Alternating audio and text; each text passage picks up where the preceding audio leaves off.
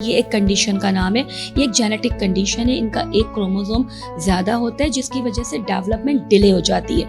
یہ نہیں کہ کچھ کر نہیں سکتے, یہ ہے کہ تھوڑا سا دیر سے کرتے ہیں. تو یہ جو سوچ ہے کہ کچھ کر نہیں سکتے, یہ مت ہے, ایسا کچھ بھی نہیں ہے. الشبا کی اگزامپل ہمارے سامنے ہے. الشبا ڈفرینٹ لینگویجز بول سکتی ہے, الشبا آرٹ کرتی ہے, الشبا بزنس چلا رہی ہے.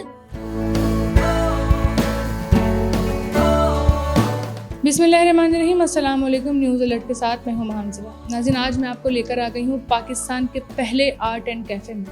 یہ صرف ایک آرٹ اینڈ کیفے نہیں ہے, اس کے پیچھے بہت بڑا اسٹرگل ہے, اس کے پیچھے بہت بڑی اسٹوری ہے.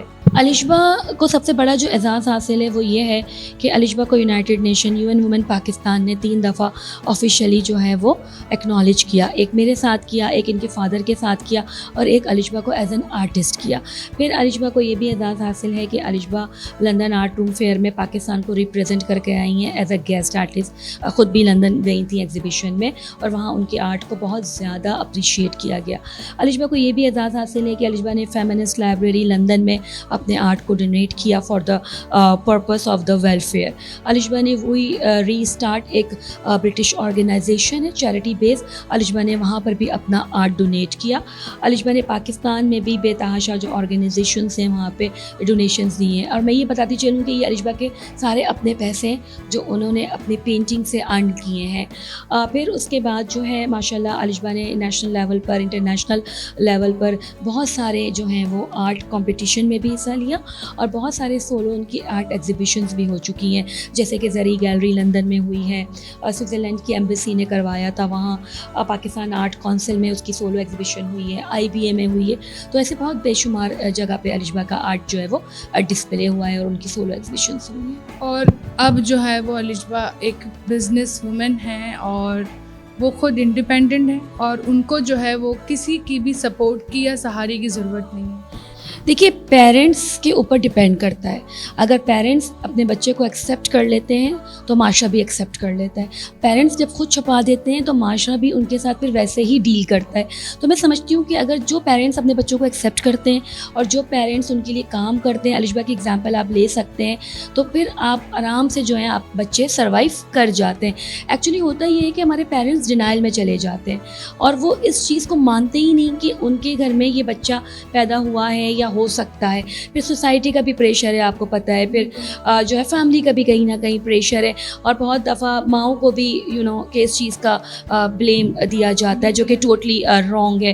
تو ایکچولی اگر پیرنٹس اس ڈینائل سے نکل جائیں اور پیرنٹس اگر ایکسیپٹ کر لیں تو میں نہیں سمجھتی کہ سوسائٹی آپ کو کچھ بھی کہہ سکتی ہے. سب سے پہلے یہ مجھے بتائیں کہ اتنا سب کچھ اکیلے کیسے کر لیتی ہیں, مطلب بزنس بھی اور جو ہے نا آرٹ بھی, اور بعد میں جو ہے وہ اپنے ساتھ میں شوق بھی پورے کرنا, مطلب اتنی ساری, آپ تو بڑی مصروف رہتی ہوں گی, ہر وقت بزی رہتی ہوں گی. آپ کو بہت ساری 4 لینگویجز آتی ہیں نا, کون کون سی آتی ہے آپ کو؟ انگلش آتی ہے, اور English, Urdu, France, German, Italian.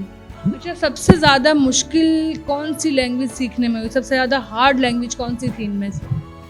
اس میں سے جو جرمن آتی, اس سے پہلے میں نے فرانس سیکھی بھی تھی, ہر کی آ گئی.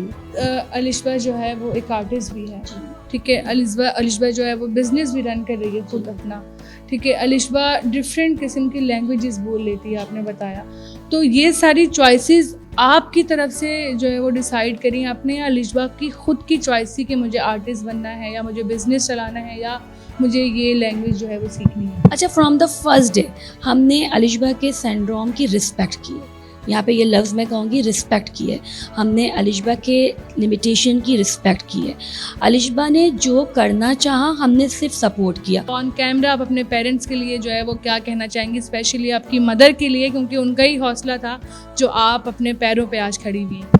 My mother was very powerful and very talented and very support and lots of love, and it gives me good strength, and all mothers can do anything.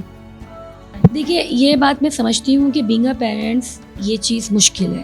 Being a parents یہ چیز فکر مندی کے ساتھ ہے کہ ہمارا بچہ اگر اسپیشل نیڈ کا ہے تو ہمارے بعد کیا ہوگا.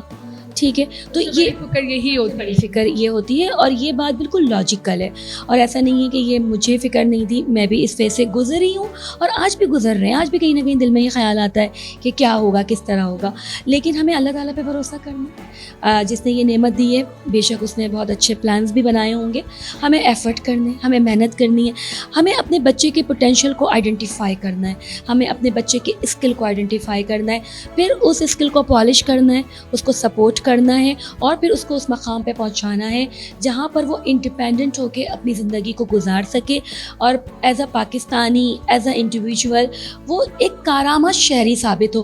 نہ فیملی پہ برڈن ہو, نہ معاشرے پہ برڈن ہو, نہ کسی اور کے اوپر برڈن ہو, بلکہ اپنی زندگی کو خود گزار سکے. تو اس کے لیے ظاہر ہے ہمارے پاس جو ہے وہ ہمیں بہت اسٹرگل بھی کرنا ہے, ہمیں محنت بھی کرنا ہے, اور سب سے بڑی چیز جو ہے وہ ہمیں بچے کو اس کا اسکل دیکھتے ہوئے اس کے اسکل کو اور اس کے پوٹینشیل کو جو ہے وہ پالش کرنا ہے.